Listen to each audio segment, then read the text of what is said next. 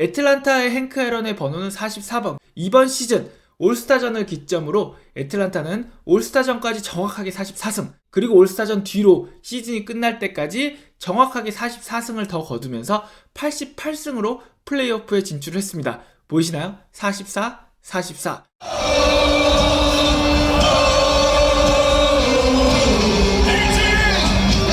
안녕하세요. 스포츠큐브의 이승용입니다.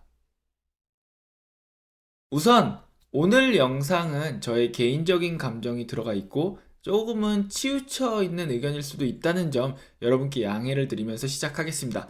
월드시리즈 5차전에 대한 이야기를 할 건데요. 월드시리즈 5차전이 끝나고 한국의 일부 언론에서는 스니커 감독이 조금은 아니란 선택을 했다.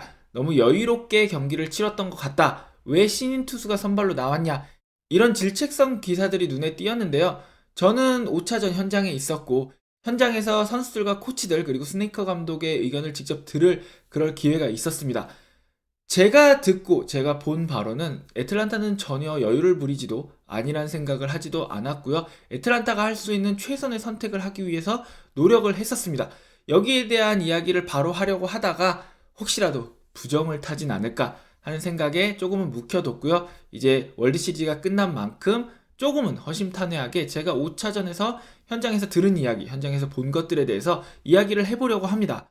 당연한 이야기지만 경기가 끝나고 나서 포스트게임 인터뷰에서 여기에 관련된 질문이 나왔습니다. 그리고 스니커 감독은 여기에 대한 질문에 이렇게 답변을 했습니다. 이게 최선이었다고 생각을 한다. 내가 내린 결정이다. 결과에 대한 책임은 내가 지겠다. 하지만 누구보다 내가 애틀란타의 우승을 원하고 있고 애틀란타 팬들 앞에서 이 우승을 이룬다는 게 어떤 의미인지도 내가 누구보다 잘 이해하고 있다. 이런 식의 답변을 했습니다. 그리고 애틀란타 팬들도 마찬가지겠지만 애틀란타의 시즌을 지켜보신 분이라면 스니커 감독의 이 말이 진심이라는 것을 아실 수 있을 겁니다. 애틀란타 팔콘스의 쿼터백인 맷 라이언 역시 최근의 인터뷰에서 내가 애틀란타 팀의 쿼터백이기도 하지만 애틀란타 브레이브스라는 팀이 지난 1년간 어떤 길을 걸어왔는지를 본다면 이 팀을 응원하지 않을 수 없을 것이다 라는 이야기를 하면서 애틀란타가 지난 1년간 걸어온 그런 힘든 길을 다시 한번 짚어줬는데요.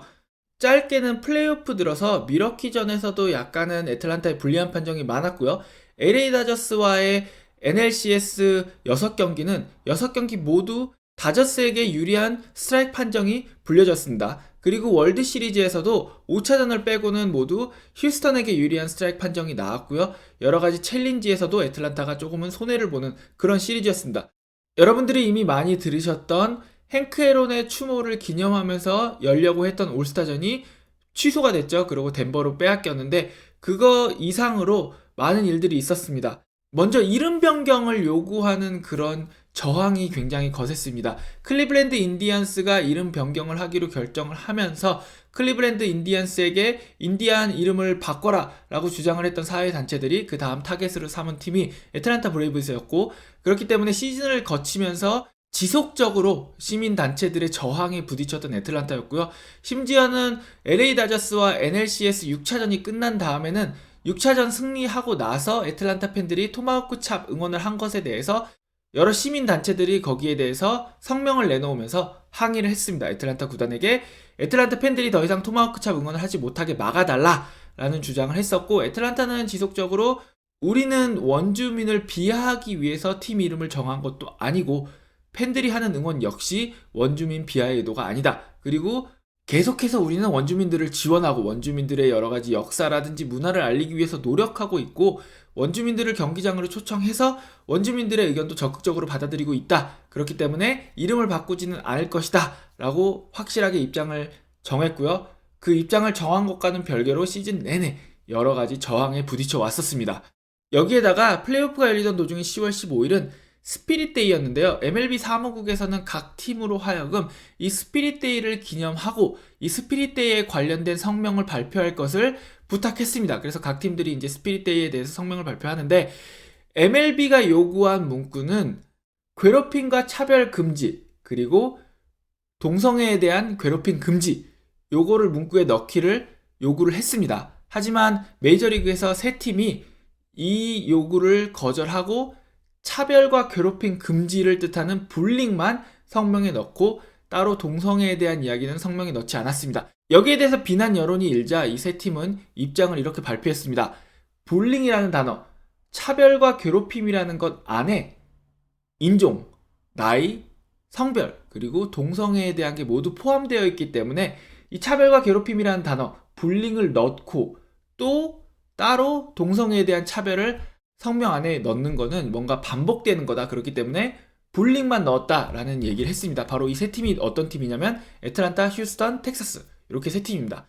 애틀란타는 이렇게 이번 시즌을 치르면서 시민단체들과 좋지 못한 관계를 유지하기도 했고 야구가 아닌 다른 이유로 뉴스에 이름을 많이 오르기도 했습니다. 제가 굵직굵직한 사건들만 소개시켜 드렸지만 이번 시즌은 애틀란타 구단으로도 그리고 애틀란타 팬들로도 주전 선수들의 부상 이외에도 경기 외적인 요소들로 많은 마음고생을 했던 그런 시즌입니다. 그런 연유에서 맷 라이언이라든지 아니면 스니커 감독이 이번 시즌 애틀란타 팬들이 애틀란타의 우승을 누구보다 원한다는 거를 내가 제일 잘 알고 있다.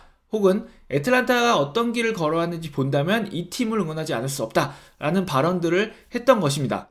너무 진지한 얘기만 한 것 같아서 잠시 가벼운 얘기를 하면요.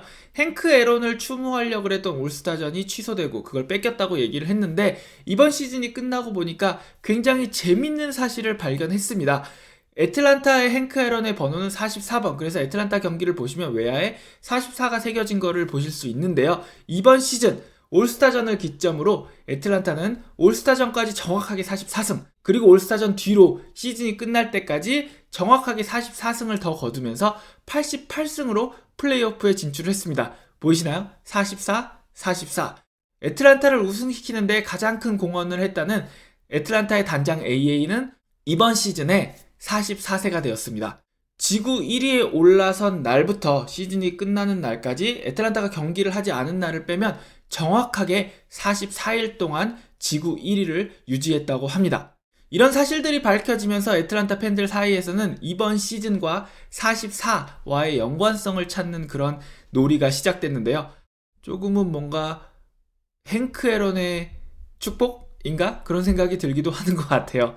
이런 과정들을 겪으면서 플레이오프에 진출했고 월드시리즈까지 진출했기 때문에 스니커 감독의 말처럼 여유 부릴 생각도 없었고 안일하게 대처할 생각도 없었고 오히려 애틀란타는 여유가 없는 상황이었어요. 모든 경기를 이겨야 된다고 생각을 했었고 다만 애틀란타에게는 몰튼이 부상을 당하면서 선발 자원이 부족한 상황이었습니다.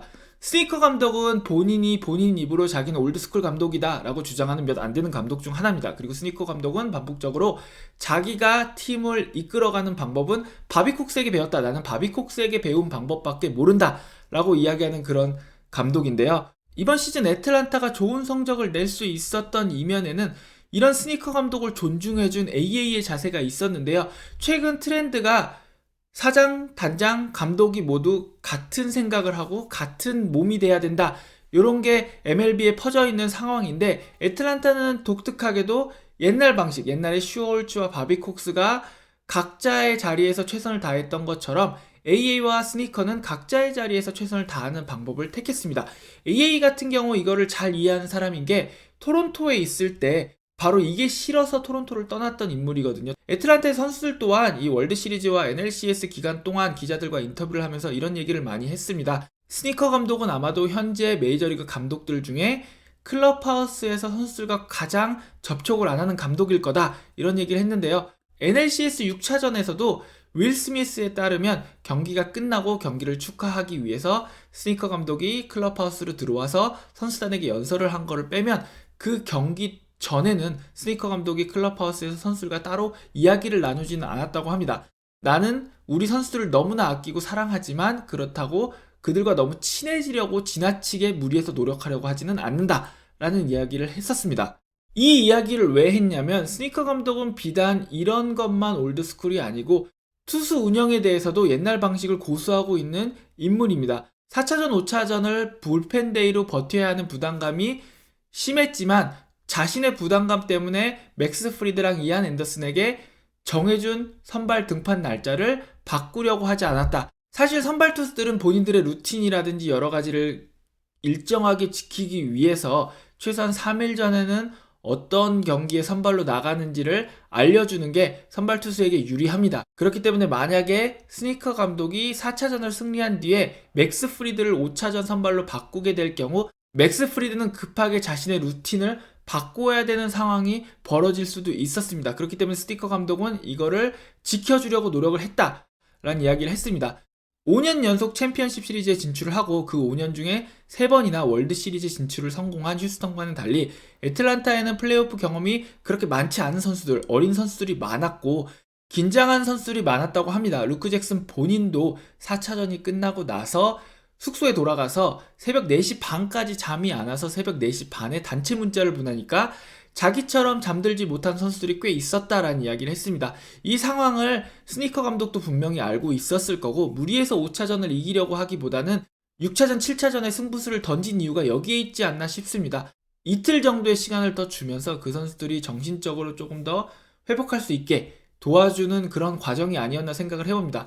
그러면 왜 딜란 리랑 터커였냐? 딜란 리랑 터커가 신인이어서 내보냈다는 아닌 것 같지만 여기에는 이런 계산이 있는 것 같습니다. 윌 스미스가 나중에 어떤 이야기를 하냐면 선수단이 전반적으로 긴장을 하고 경직돼 있는데 터커가 3시에 클럽하우스에 들어오면서 굿모닝이라고 했다고 해요. 그러니까 베테랑 선수 중에 하나가 3시인데 왜 굿모닝이냐 굿애프터눈이지 라고 터커를 놀리면서 경직돼 있던 선수단이 웃기 시작했고 그러면서 조금은 긴장이 풀렸다 이런 얘기를 했는데 아마도 스니커 감독은 4차전, 5차전 불펜 데이를 하면서 그 두 경기에서 조금은 어리고 경험이 없는 선수들을 선발로 등판시켜서 상대적으로 긴장하고 있는 다른 주전 선수들로 하여금 본인들이 얼마나 긴장을 하고 있는지를 되돌아볼 그런 기회를 준 게 아닌가 그런 생각을 해봅니다. 물론 이 부분은 선수나 코치의 입에서 나온 게 아니고 제가 여러 가지 상황들을 정리해서 제 뇌피셜로 정리를 한 겁니다. 결과론적인 얘기지만 어떻게 보면은 스니커 감독의 결정이 옳았다고 할 수 있습니다. 오늘은 조금 팬심이 많이 들어간 이야기였습니다. 제가 NLCS랑 월드시리즈에서 애틀란타를 보면서 느꼈던 그런 것들을 여러분에게 조금 전달해드리고 싶었고요. 절대로 4차전, 5차전 스니커 감독이 오만한 결정을 한 것도 아니고 여유를 부린 것도 아니고 팀 선수들의 상태 그리고 팀 선수들이 얼만큼 긴장을 하고 있는지를 충분히 알고 이해한 감독의 판단이었다는 점 여러분께 알려드리고 싶었습니다. 지금까지 시청해주셔서 감사하고요. 저는 스포츠큐브의 이승용이었습니다. 여러분 모두 좋은 하루 보내세요.